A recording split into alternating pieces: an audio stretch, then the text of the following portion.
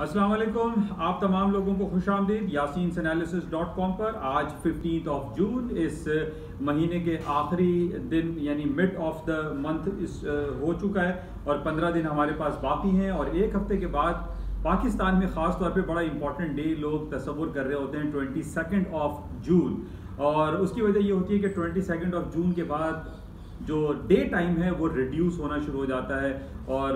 दिन छोटा हो जाता है, रातें लंबी शुरू हो जाती हैं और सर्दियों के मौसम की आमद शुरू हो जाती है, आप ये कह सकते हैं। लेकिन अभी तो सर्दियों में टाइम है, 2-3 महीने हैं, लेकिन अभी बरसात का मौसम आने वाला है। काफ़ी पंजाब के इलाकों में बारिशें भी हो रही हैं, कराची में अभी तक मानसून की हवा और लहर नहीं आई है और हमारी दुआ और ये इस्तदा है हमारे हुकाम वाला से कि कराची में जो पिछले साल बुरा हाल हुआ, हमारे नाले और जो सीवरेज का निज़ाम था वो धर्म भरम हो गया, हमारी सड़कें टूट फूट का शिकार हुई और आज एक साल गुजरने के बावजूद भी बहुत मुख्तसर सा आज हम पिछले एक महीने से देख रहे हैं कि PTI की हुकूमत ने कुछ कराची में काम करना शुरू किया है। सुप्रीम कोर्ट के जो जस्टिस मिस्टर गुलजार साहब हैं उन्होंने काफ़ी बरहमी का इजहार किया है। औरंगी नाला, गुज्जर नाला और बहुत सारे जो बरसाती नाले हैं उनके ऊपर जो तजावज़ात हैं, जो इंक्रोचमेंट है उसको हटाने की उन्होंने बड़ी ज़बरदस्त ये ऐलान किया है कि वहाँ से तमाम इंक्रोचमेंट को ख़त्म किया जाए। लेकिन हमारी ये हुकाम बाला से और सुप्रीम कोर्ट के जज मिस्टर जस्टिस ऑनरेबल जस्टिस गुलजार अहमद से ये इस्तदा ज़रूर है कि उन तमाम लोगों को रिहैबिलिटेट किया जाए। वो तमाम लोग जो घरों में रहा करते थे और उनके घर टूट गए हैं और वो अब उनके घर पे छत नहीं, उनका ख्याल ज़रूर करें। गरीब लोग हैं, वो लोग वहाँ पे रहते हैं तो उनका ख्याल ज़रूर करना चाहिए। और इस हवाले से बहुत सारे लोगों ने कल सुप्रीम कोर्ट रजिस्ट्री जो कराची शाइन कॉम्प्लेक्स के पास है वहाँ पर उन्होंने प्रोटेस्ट भी रिकॉर्ड कराया। तो हमारी ये इस्तदा है, दुआ है और गुजारिश है कि उन तमाम गरीब लोगों का ख्याल ज़रूर रखा जाए। अच्छा, इसके अलावा कुछ मार्केट के हवाले से जो सिलसिला है, आपसे लास्ट मेरी जुमे को मुलाकात हुई थी और जुमे वाले दिन पाकिस्तान में सबसे इम्पॉर्टेंट डे मैंने आपसे बताया था कि पाकिस्तान का फेडरल बजट आने वाला है और फ्राइडे को जो फेडरल बजट आया उसमें कुछ सीधा जो बातें मेरे सामने आई जिसमें डेफिसिट सबसे ज़्यादा बताया गया कि 4000 अरब रुपए का डेफिसिट है और टोटल बजट की जो कॉस्ट है, जो टोटल बजट जो पेश किया गया वो 8.5 बिलियन रुपीज़ का बजट पेश किया गया और जिसके अंदर मुख्तलिफ इम्पॉर्टेंट पहलू जो हमने देखा कि ख़ास तौर पे जो फेडरल बजट में हमारा डिफेंस बजट जो रखा गया है वो 44 अरब रुपए रखा गया है जो टोटल बजट का 16% है और अब हमारा 1370 बिलियन रुपीज़ का डिफेंस बजट हो चुका है। इसी तरीके से 66 बिलियन रुपीज़ मुख्तस किए गए हैं हायर एजुकेशन पे, ये खुशाइन बात है। लेकिन देखा जाए तो ये 66 बिलियन रुपीज़ से कहीं ज़्यादा एजुकेशन पे पैसे खर्च करने चाहिए क्योंकि हम ये देख रहे हैं कि जो दूसरे अदर एक्सपेंसेस हैं उन पे ज़्यादा पैसा खर्च हो रहा है, एजुकेशन पे सबसे ज़्यादा तवज्जो देनी चाहिए। बहरहाल और इसके अलावा जो कोरोना वायरस पेंडेमिक के हवाले से 100 अरब रुपए का ऐलान किया गया है कि 100 अरब रुपए इस माली साल में रखे गए हैं और इस पे ख़र्चा किया जाएगा और लोगों की सेहत के हवाले से इस पे अखराजात आएंगे। तो इसके अलावा जो न्यू टैक्सेस की बात की गई है वो 215 अरब रुपए के नए टैक्सेस लगाए गए हैं, नए टैक्सेस रखे गए हैं। इसको भी हम देखते हैं कि आइंदा एक साल में किस तरीके से पाकिस्तान के जो करने वाले हैं, जो मिनिस्टर्स हैं, वो इसको किस तरीके से हैंडल करते हैं, मैनेज करते हैं। 215 अरब रुपए के नए टैक्सेस लागू किए गए। सैलरीज में इजाफा किया गया और कम से कम 20,000 रुपये सैलरी मुख्तस की गई है और एक आम आदमी की 20,000 रुपये सैलरी किसी तौर भी मुनासिब नहीं। इस महंगाई के आलम में 20,000 रुपये is a very minimum amount है। बहरहाल इसको दोबारा से हुकूमत को सोचना चाहिए कि किस तरीके से एक आम आदमी की ज़िंदगी बेहतर हो सकती है। लेकिन इसको ओवरऑल जो पाकिस्तानी बजट पेश किया गया है जो कि 8,500 अरब रुपए का बजट पेश किया गया है, मुख्तलिफ जो राय हमारे सामने आ रही है वो एक मोतदल के तौर पर आ रही है। ठीक है, not so good, not so bad. बहरहाल हुकूमत पाकिस्तान, PTI की हुकूमत कोशिश में लगी हुई है कि पाकिस्तान में ख़ास तौर पे जो करप्शन का माहौल है, जो बदउनवानी हमारे हर इदारे में घुसी हुई है, इसको कम से कम जल्द अज जल्द ख़त्म किया जाए, इसको इरेडिकेट किया जाए, इसको बिल्कुल उखाड़ के फेंक दिया जाए ताकि जो पैसा जो खर्च किया जाता है आम आवाम के लिए उसको मुनासिब अंदाज में खर्च किया जा सके। तो बहरहाल ये इस हवाले से काफ़ी 3-4 दिनों से इस पर बातें हो रही हैं। जो अपोजिशन पार्टी है वो इसको काफ़ी बैड बजट के तौर पर कह रही है, लेकिन ओवरऑल देखा जाए तो इसमें महंगाई को थोड़ा सा कम करने की कोशिश तो ज़रूर की गई है, लेकिन 20% जो लेवीज लगाने की बात की गई है पेट्रोलियम प्रोडक्ट पे, ये बड़ा एक नेगेटिव है। और हम जानते हैं कि पेट्रोलियम प्रोडक्ट पे जब भी कुछ इजाफा किया जाता है तो इसका डायरेक्टली इम्पैक्ट हर तमाम अक्रॉस द बोर्ड तमाम कमोडिटीज़, तमाम जो रोज़मर्रा ज़िंदगी की ज़रूरत हैं उन पर उसका डायरेक्टली इम्पैक्ट पड़ता है। तो 20% का इंक्रीमेंट लगना जो पेट्रोलियम प्रोडक्ट्स हैं, इट्स नॉट सो गुड। तो बहरहाल इसको दोबारा से भी देखा जा सकता है, इसको रिवाइज भी किया जा सकता है इस बजट को इस हवाले से कि 20% जो लेवीज लगाए गए हैं पेट्रोलियम प्रोडक्ट पे, that is not so good. तो बहरहाल इस हवाले से इसको आगे देखना पड़ेगा और हमें इसको चेक करेंगे कि किस तरीके से इसको हैंडल किया जाता है। लेकिन जो 4.5, 4.8 या 5% ग्रोथ की जो फोरकास्ट की जा रही है कि जनाब अगले साल जो फोरकास्ट कर रहे हैं कि जनाब तकरीबन 5% तक का हमारा GDP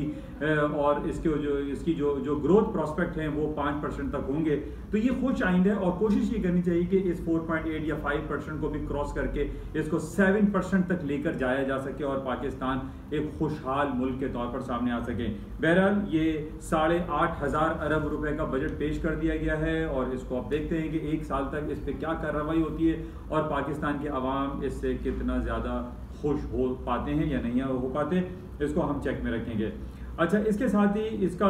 जो कल मार्केट मंडे को मार्केटें खुली अमेरिका पाकिस्तान की स्टॉक मार्केट बड़ी ज़बरदस्त उसने परफॉर्मेंस दी। पाकिस्तान की स्टॉक मार्केट तकरीबन 300-400 पॉइंट प्लस में रही और उसको हम ये कह सकते हैं कि पाकिस्तान की आवाम ने, पाकिस्तान की स्टॉक मार्केट ने इस बजट को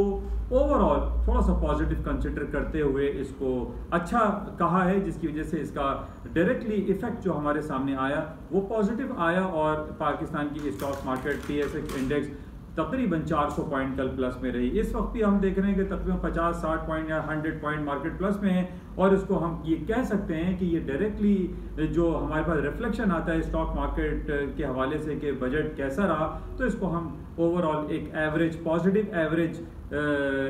बजट गिरदान सकते हैं। तो बहरहाल हमारी कोशिश ये रहेगी कि ये जितना भी बजट पेश किया गया है इसके ऊपर हम अपनी नज़र रखें और इसको देखें कि पाकिस्तान की हुकूमत इसको किस तरीके से इम्प्लीमेंट करती है।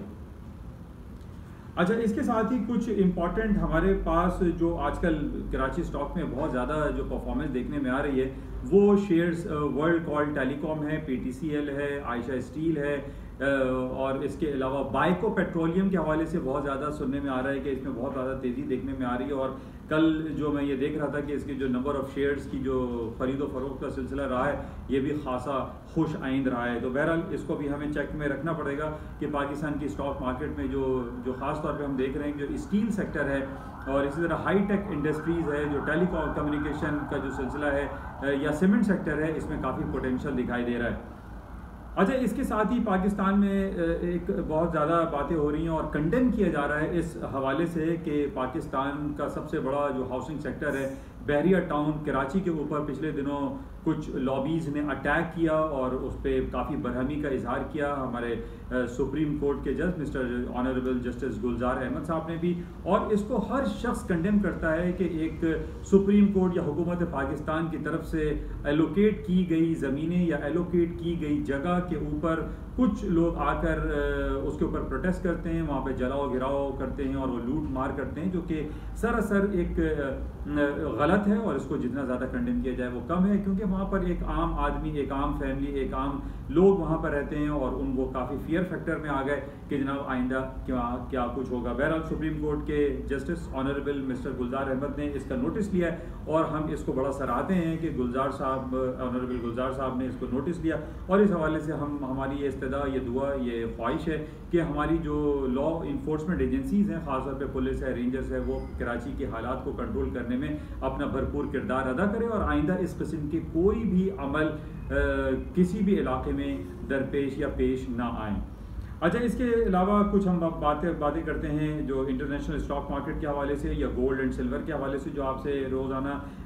बातें की जाती हैं। कल हमारे पास बड़ा इंपॉर्टेंट डे था और गोल्ड के हवाले से हमने ये देखा कि एट सडन मार्केट में जो आपको मैं 1880 का एक लेवल में पेश करता रहा कि 1880 का लेवल अगर ब्रेक होगा तो इसका नेक्स्ट लेवल 1850 का है। और कल मैंने काफ़ी रिकमेंडेशन भी आपने प्लेटफॉर्म पर डाली थी और कल यही हुआ कि 1851 का जो लेवल था उसको स्लाइटली ब्रेक करके 1845 तक मार्केट गई और आज इस वक्त हम देख रहे हैं कि 1870 पे मार्केट खड़ी हुई है। कल गोल्ड की कीमतें गिरने की वजह जो हमारे पास दो वजूहात बड़े इंपॉर्टेंट थे। एक ये कि कल अर्ली मॉर्निंग सुबह के वक्त चाइना की मार्केटें बंद थी, चाइना में एक हॉलीडे सेलिब्रेट किया जा रहा था, उसका वॉल्यूम कम था और जब वॉल्यूम मार्केट में कम होता है तो मार्केट में वन साइड मूव आ जाती है। लेकिन लेटर ऑन हमने ये देखा कि शाम में गोल्ड की कीमतें ऊपर की तरफ चली गई और दूसरी वजह जो सामने दिखाई दी, जो काफ़ी हल्कों में ये बातें होती रहीं कि गोल्ड की कीमतें नीचे आ जाएंगी और मैंने कुछ अर्से पहले भी आपसे ये जिक्र किया था कि ओवरऑल जो ट्रेंड है गोल्ड का वो ऊपर की तरफ है, तेज़ी की तरफ है। बाय करके आप चांस लीजिए और उसकी वजह सिर्फ और सिर्फ यही बताई जाती है कि अमेरिका या दूसरी इकोनॉमीज अभी तक अपने शरह सूद को बढ़ाने की तरफ नहीं जा रही हैं। अच्छा, गोल्ड की कीमतें कल नीचे आने की वजह जो दिखाई दी वो इसराइल के हवाले से बड़ा इंपॉर्टेंट डे था। इसराइल के साबका वजीर आजम मिस्टर नेतन्याहू, जनाब नेतन्याहू, जो कि पिछले 12 साल से वहाँ पर वजीर आजम थे, वो नेतन्याहू, मैं वर्ड मिस्टर वापस लेना चाहता हूँ क्योंकि ये नेतन्याहू के अल्फाज बहुत ज़्यादा सख्त रहे मुसलमानों के खिलाफ। और नेतन्याहू ने यह भी कहा था कि अगर मैं वहाँ का वजीर आज़म बन गया तो मैं वेस्ट बैंक और गज़ा की पट्टी पर कब्जा कर लेंगे और बैतुल मुक़द्दस पर वो कब्जा कर लेंगे। तो इस हवाले से ये मिस्टर का वर्ड सॉरी, और मैं ये वापस लेता हूँ, इसको स्पंज कर दिया जाए क्योंकि नेतन्याहू ने काफ़ी मुसलमानों को परेशान रखा है। अच्छा, इस हवाले से गोल्ड की कीमतें नीचे की तरफ आएँ कि नेतन्याहू का 12 साल के बाद दौरे हुकूमत का ख़त्म होना, लोगों के अंदर एक पॉजिटिव सेंटिमेंट्स आए, एक अमन और शांति की बातें सामने आई और जिसकी वजह से हमने देखा कि गोल्ड स्लाइटली डाउन हुआ और 1845 का कल लो किया। लेकिन on the basis of these all certain time कि जनाब गोल्ड की कीमतें नीचे आई क्योंकि नेतन्याहू वहाँ से चले गए और जनाब चाइना में छुट्टी थी। तो लेकिन लेटर ऑन हमने ये देखा कि चूंकि अमेरिका ने अभी तक इंटरेस्ट रेट बढ़ाने की कोई बातें नहीं की हैं, इस बेसिस पे हम ये देख रहे हैं कि गोल्ड की कीमतें दोबारा ऊपर की तरफ चली जाएंगी। गोल्ड की कीमतें ड्रेस्टिकली अगर नीचे की तरफ आएंगी तो उसकी वाहिद वजह ये बताई जा रही है कि अमेरिका या यूरोपियन यूनियन या दुनिया की बड़ी इकोनॉमीज अपने इंटरेस्ट रेट को बढ़ाने की तरफ जाएं। लेकिन हम पिछले 3-4 सालों से ये देख रहे हैं कि पूरी दुनिया में जो शरह सूद का सिलसिला है वो मिनिमम होता चला जा रहा है और माइनस मनफी दर्जात पर भी है और उसको 0% पे रखा गया है। बहरहाल कल हमारे लिए बड़ा इंपॉर्टेंट डे होगा। कल अमेरिका की FOMC federal open market committee की मीटिंग है और कल ये अनाउंसमेंट होना है कि क्या अमेरिका इंटरेस्ट रेट बढ़ाने की तरफ जा रहा है या नहीं। तो बहरहाल इसको बड़ा क्लोजली वॉच करना है। लेकिन जो तज्जिए और तबसरे हमारे सामने आ रहे हैं डिफरेंट चैनल से, उसमें ये बताया जा रहा है कि कल अमेरिका फिर अपने इंटरेस्ट रेट को अनचेंज छोड़ेगा और हो सकता है कि वो अपने जो प्रेस कॉन्फ्रेंस है उसमें ये बता दे कि जनाब आइंदा आफ्टर 45 डेज या आफ्टर 90 डेज जो है वो इंटरेस्ट रेट बढ़ाने की तरफ जाएं। तो ये एक बात कंफर्म जो डिफरेंट हल्कों से बताई जा रही है कि इंटरेस्ट रेट कल भी अनचेंज छोड़ा जाएगा और अनचेंज नॉर्मली पॉजिटिव कंसिडर किया जाता है और गोल्ड की कीमतें ऊपर की तरफ जाएंगी। न सिर्फ गोल्ड की कीमतें ऊपर की तरफ जाएंगी बल्कि अमेरिका के जो स्टॉक इंडिसेस हैं S&P, डाउ जोन्स, नैस्डैक, इसके अंदर भी तेजी का रुझान बरकरार है और पाया जाता है। और इससे पहले भी मैंने आपको अपनी ब्रीफिंग में ये बात बताई थी कि पिछले एक हफ्ते से जो G7 मीटिंग का सिलसिला चल रहा है और पूरी दुनिया के तकरीबन G7 and plus NATO 30 countries के लोग एक जगह पर बैठे हुए हैं। और जब इतनी बड़े जो वाक़यात होते हैं, मीटिंग्स होती हैं और सेमिनार और वेबिनार और इस किस्म की जो मीटिंग्स कॉल की जाती हैं, इसके दौरान हमने ये देखा है कि पूरी दुनिया एक अमन और शांति का गहवारा बनी हुई होती है और कहीं कोई नेगेटिव कमेंट्स नहीं आ रहे होते और मार्केटें ऊपर की तरफ चलती हैं और अपने हिस्ट्री हाई की तरफ जाती हैं। और यही कुछ हम देख रहे हैं कि नेटो की मीटिंग और G7 की मीटिंग के बेसिस पर पूरी दुनिया में इस वक्त अमन और शांति ही दिखाई दे रही है, कहीं कोई जंगी सूरत हाल मौजूद नहीं, जिस बेसिस पे हम ये कह सकते हैं कि स्टॉक मार्केटों में तेज़ी बरकरार रहेगी और अमेरिका की तारीख, जो स्टॉक बाजारें हैं वो अपनी तारीख के नए बाब रकम करेंगी। और कल भी हमने देखा कि S&P, डाउ जोन्स, नैस्डैक अपनी तारीख की बुलंदियों पे खड़े हुए थे और आज भी कोई मामला बरक्स नहीं है और उसकी वजह से हम G7 और नेटो की मीटिंग के हवाले से कह सकते हैं। अच्छा, G7 और नेटो की मीटिंग में सबसे इम्पॉर्टेंट जो फैक्टर जो डिस्कस किए जा रहे हैं जो हम ये कह सकते हैं कि ये G7 जो ममालिक हैं, जिसमें Canada, America, Britain, Germany, France, Italy और जापान शामिल हैं, ये 7 ममालिक जिसके अंदर आप ये देखिए कि चाइना और रूस शामिल नहीं हैं। G7 के जो मीटिंग्स होती हैं इसमें रूस और चाइना इसको किसी खातिर में नहीं लाते, लेकिन हम ये देख रहे हैं कि G7 की जो मुलाकात हुई, जो बाइडेन इसमें एक लीडिंग पोजीशन पे नज़र आए, लेकिन हम ये देख रहे हैं कि G7 की मुलाकातों में G7 की जो जो जो समराइज होती है या उसका कम्युनिक जो कहते हैं, जो कम्युनिकेशन आता है, उसके अंदर उनके सरों पे, उनके आसाब पे चाइना छाया हुआ है। हर तरफ चाइना चाइना चाइना की वो बातें करते रहते हैं कि चाइना जो है वो न्यूक्लियर मिसाइल बना रहा है, चाइना जो है वो मौलिक हथियार बना रहा है, चाइना जो है वो इंटेलेक्चुअल प्रॉपर्टी के अगेंस्ट काम कर रहा है, चाइना जो है वो कॉपीराइट्स की खिलाफ वर्जी करता है। तो मतलब हर तरफ हम ये देख रहे हैं कि ये G7 में या नेटो अलायंस के अंदर जितने भी ममालिक हैं, 7 हैं या 30 हैं, इनके ऊपर चाइना का जो एक खौफ है वो तारी होता हुआ दिखाई देता है। अच्छा, बहरहाल इसके अलावा चाइना तो बज़ाहिर ये बात करता रहता है कि मुझे इन तमाम लोगों की बातों की कोई फिक्र नहीं है। बहरहाल उनकी अपनी इंटेलिजेंस है, चाइना इस तमाम मामलों को देखता है। लेकिन इसके अलावा जो हमने देखा कि जो 4 पॉइंट्स एजेंडा रहा इस नेटो में या G7 में, वो 4 बड़े इंपॉर्टेंट पॉइंट रहे। एक तो रीजनल इनस्टेबिलिटी की बात की। रीजनल इनस्टेबिलिटी में आपको मालूम है कश्मीर इशू है, फ़लस्तीन इसराइल का मसला है, सीरिया का मसला है। तो ये रीजनल इनस्टेबिलिटी की जो बातें होती हैं ये बहुत ज़्यादा आजकल चल रही है। इसके अलावा टेररिज्म कहाँ नहीं हो रहा है। आप ये देखिए, पिछले 1.5-2 साल पहले न्यूजीलैंड में टेररिज्म हुआ, वहाँ पर एक बंदे ने एक मस्जिद में जाकर अटैक किया, ये टेररिज्म एक्ट रहा। इसके साथ ही हमारे पास न्यूयॉर्क में, फिर हम कैलिफोर्निया में या शिकागो में, ये बहुत सारी जगहों पे हम देखते हैं कि वहाँ स्कूल और कॉलेजेस में गन कंट्रोल वहाँ पर नहीं है और वहाँ स्टूडेंट्स पे फायर कर दिया जाता है। तो ये टेररिज्म बहुत ज़्यादा है। इसी तरीके से हमने अरब कंट्रीज़ में भी देखा, यूरोपियन कंट्रीज़ में भी देखा। तो ये टेररिज्म या इसमें इस्लामोफोबिया का जो फैक्टर है ये भी बहुत ज़्यादा देखने में आ रहा है। इसके अलावा 3rd पॉइंट एजेंडा जो रहा वो क्लाइमेट चेंज के हवाले से बातें बहुत ज़्यादा हुई हैं G7 में, कि क्लाइमेट चेंज के हवाले से अब बहुत सारी बातें हैं। इसके अंदर हम ये भी देखते हैं कि पेट्रोल को ख़त्म करने की बातें होती हैं, तो कभी इलेक्ट्रिक गाड़ियों की बातें की जाती हैं। तो इस हवाले से क्लाइमेट चेंज पे बहुत ज़्यादा बातें हो रही हैं। प्लास्टिक को ख़त्म करने के हवाले से बहुत ज़्यादा पेशरफ की जा रही है। इसके अलावा 4था एजेंडा जो G7 और नेटो में बातें की गई हैं वो है साइबर अटैक। हम ये देख रहे हैं कि पिछले कई महीनों से हमारे पास डिफरेंट खबरें आती हैं। पिछले दिनों कॉलोनियल पाइपलाइन के हवाले से खबर आई कि जनाब उसने $450 मिलियन में उसकी डील हुई, साइबर अटैक हुआ, वहाँ के जो रैंसम अमाउंट पे की गई वो $450 मिलियन यानी 75 बिटकॉइन के थ्रू पेमेंट की गई। तो ये साइबर अटैक भी बहुत ज़्यादा सिचुएशन क्रिएट हो रही है और इस हवाले से हमें बहुत ज़्यादा चौकन्ना रहना चाहिए। जिस तरीके से पूरी दुनिया और ख़ासतौर पर अमेरिका की स्टॉक मार्केटें डे बाय डे अपने लाइफ हाइज बनाती चली जा रही हैं और लोग ये कह रहे हैं कि जनाब तमाम टेक्निकल इंडिकेटर्स ये कहते हैं कि स्टॉक मार्केटें क्रैश कर जाएंगी, गिर जाएंगी। इसमें सिर्फ एक ही पहलू दिखाई दे रहा है, वो है साइबर अटैक का, जो कि बैक इन 1987 आज से तकरीबन अराउंड 30 ईयर्स बैक हमने ये देखा था, मोर देन 35 ईयर्स के करीब हमने ये देखा था कि जनाब अमेरिका और पूरी दुनिया की स्टॉक मार्केटें क्रैश हो गई थी। 40-50% मार्केटें गिर गई थी और उसमें सिर्फ वजह क्या थी कि जनाब कंप्यूटर प्रॉब्लम आ गई थी और सॉफ्टवेयर का मसला हुआ था। आज हम ये देख रहे हैं कि आज भी कहीं कोई ऐसी सूरत हाल बर्पा हो गई, अगर किसी हैकर ने कोई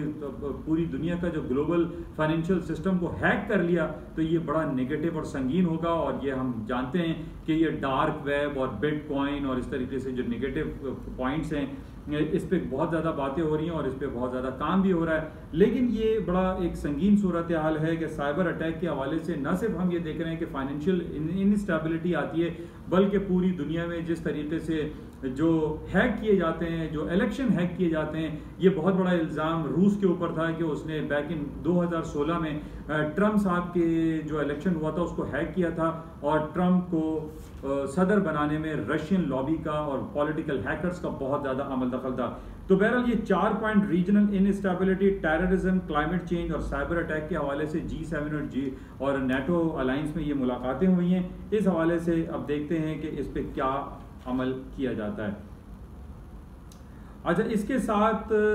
बहरहाल आज हमारे ये